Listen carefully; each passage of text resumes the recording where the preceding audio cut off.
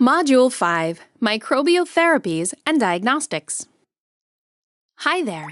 Today, all of the nutters get to participate in our experiments.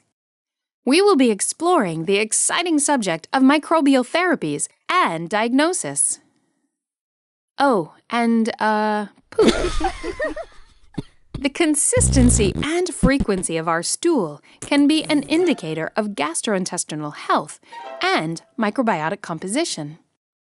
Healthy stool is associated with higher microbial species richness and the presence of beneficial microbes.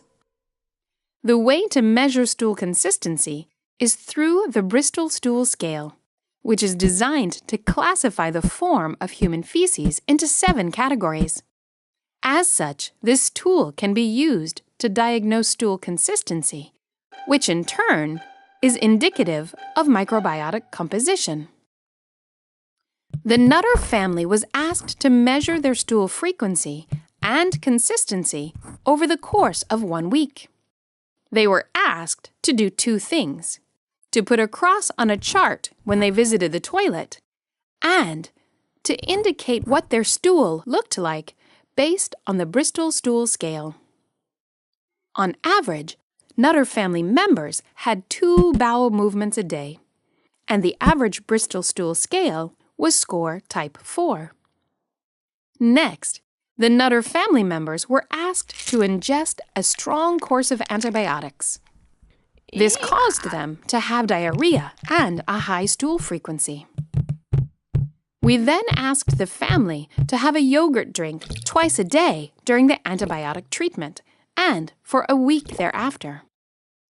Some of the family members had normal yogurt, while the other members drank yogurt with added fibers and probiotic bacteria. All the while, they had to keep on measuring their stool frequency and consistency, just like the week before. Let's take a look at the final charts. The stool consistency and frequency for the nutters who had the yogurt drink with added fibers and bacteria normalized faster than the family members that consumed the normal yogurt drink. This indicates that they suffered from the antibiotic-induced diarrhea for a shorter amount of time than the other family members. Antibiotic treatment has a negative impact on the composition of the microbiota, decreasing its richness and diversity. Supplying the microbiota with fibers and additional beneficial microbes seems to benefit stool consistency and frequency, restoring the microbiota of the Nutter family members who received these extra supplements. From this experiment, we can conclude that stool frequency and consistency can be used as indicators for richness of the microbiota and the presence of beneficial microbes. When an individual needs to be treated with antibiotics due to a bacterial infection, it will disturb the composition of their microbiota, which may result in diarrhea. Consuming food that can restore the microbiota and microbiotic activity can decrease the time that the microbiota is disrupted and thereby improve the individual's well-being.